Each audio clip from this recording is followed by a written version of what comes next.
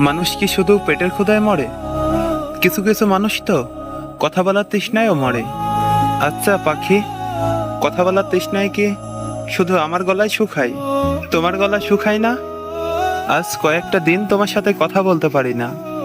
তোমার সুমধুর কণ্ঠে পাখি ডাকটাও শুনতে পারি না। জানো পাখি, আমার কলিজাটা ছিঁড়ে যাচ্ছে।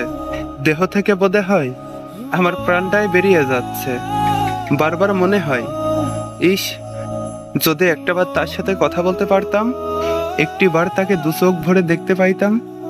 আচ্ছা পাখি, আমি যে তোমার সাথে কথা বলার জন্য ছটফট করতেছি, তুমিও কি আমার সাথে কথা বলার জন্য ছটফট করো? তোমার রুহটা কি আমার মতো পাখি ডাক শোনার জন্য ছটফট করে? জানো প্রিয়, মৃত্যুর আগ মুহূর্তে প্রাণটা বেরিয়ে যাওয়ার জন্য ছটফট করে। আমিও আজ তোমার সাথে একটু কথা বলার জন্য ছটফট করতেছি।